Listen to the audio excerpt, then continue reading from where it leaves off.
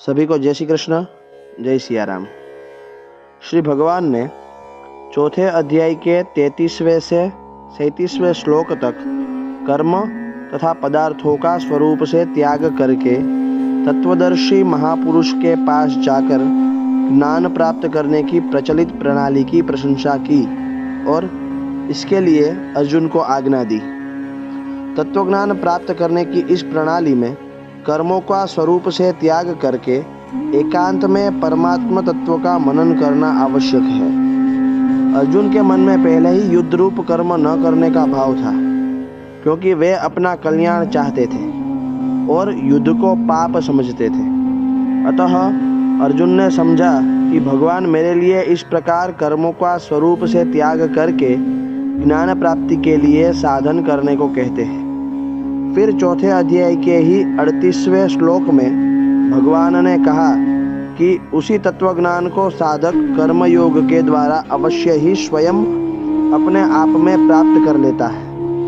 भाव यह है कि कर्मयोग के साधक को ज्ञान प्राप्ति के लिए दूसरे साधनों की तथा तत्वदर्शी महापुरुष के पास जाकर निवास करने की कोई आवश्यकता नहीं है। इससे स्पष्ट ही तत्वज्ञान की प्राप्ति में कर्मयोग की विशेष रूप से प्रशंसा हुई है।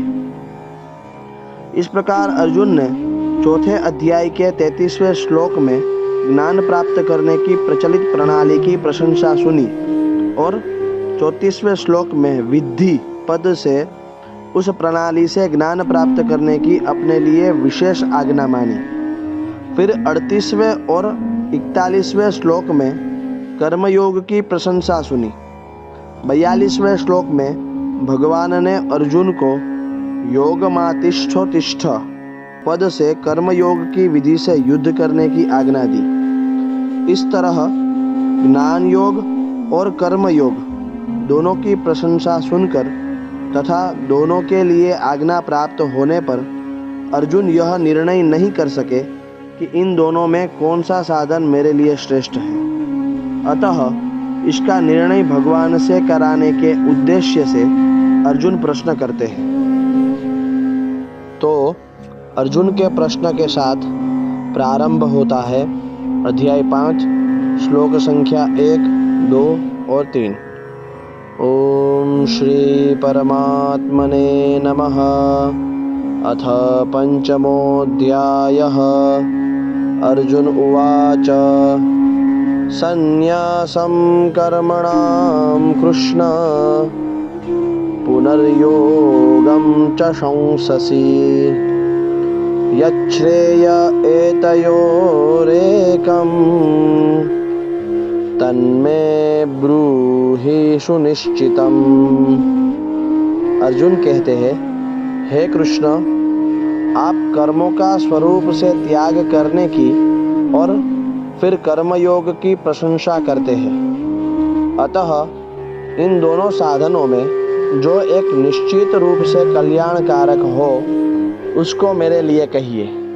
अर्थात चौथे अध्याय के अंत में भगवान ने अर्जुन को युद्ध के लिए खड़ा होने की आज्ञा दी थी, परंतु यहाँ अर्जुन के प्रश्न से पता लगता है कि उनके भीतर युद्ध करने अथवा न करने की और विजय प्राप्त करने अथवा न करने की अपेक्षा मेरा कल्याण कैसे हो, इसकी विशेष चिंता है।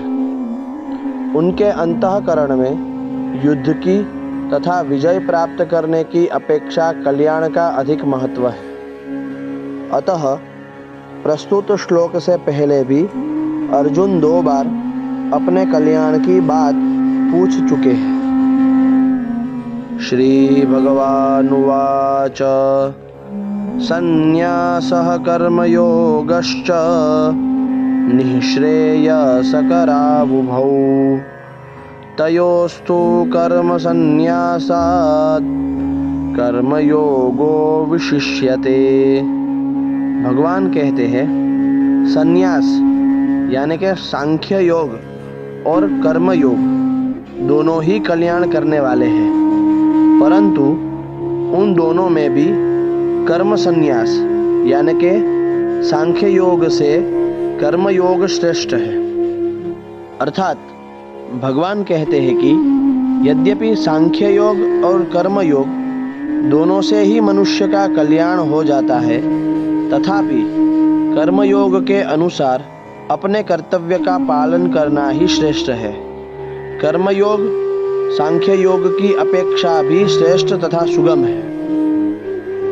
ज्ञेयः स नित्य सन्न्यासी यो न द्वेष्टि न कांक्षति निर्द्वन्द्वो हि महाबाहो सुखम बंधात् प्रमुच्यते। भगवान कहते हैं, हे महाबाहो, जो मनुष्य न किसी से द्वेष करता है और न किसी की आकांक्षा करता है, वह कर्मयोगी सदा सन्यासी समझने योग्य है, क्योंकि द्वंद्वों से रहित मनुष्य सुखपूर्वक संसार बंधन से मुक्त हो जाता है। अर्थात जिसने बाहर से सन्यास आश्रम ग्रहण कर लिया है, वह वास्तव में सन्यासी नहीं है। सन्यासी वास्तव में वह है जिसने भीतर से राग द्वेष का त्याग कर दिया है। राग द्वेष के रहते हुए मनुष्य संसार बंधन से मुक्त नहीं हो सकता, परंतु जिसने राग द्वेष का त्याग कर दिया है, वह सुखपूर्वक संसार बंधन से मुक्त हो जाता है। जिसके भीतर राग द्वेष नहीं है, वह कर्मयोगी शास्त्र विहित संपूर्ण कर्मों को करते हुए भी सदा सन्यासी ही है। उसे अपने कल्याण के लिए बाहर से सन्यास आश्रम ग्रहण करने की आवश्यकता नहीं है। ज्ञान योग में अपने स्वरूप को जानने की मुख्यता रहने से ज्ञान योगी में उदासीनता रहती है, परंतु कर्मयोगी में दूसरे के हित की मुख्यता रहती है। इसलिए अहम वृत्ति का त्याग कर्मयोग में सुगम है, ज्ञान योग में नहीं। अस्तु। जय श्री कृष्ण।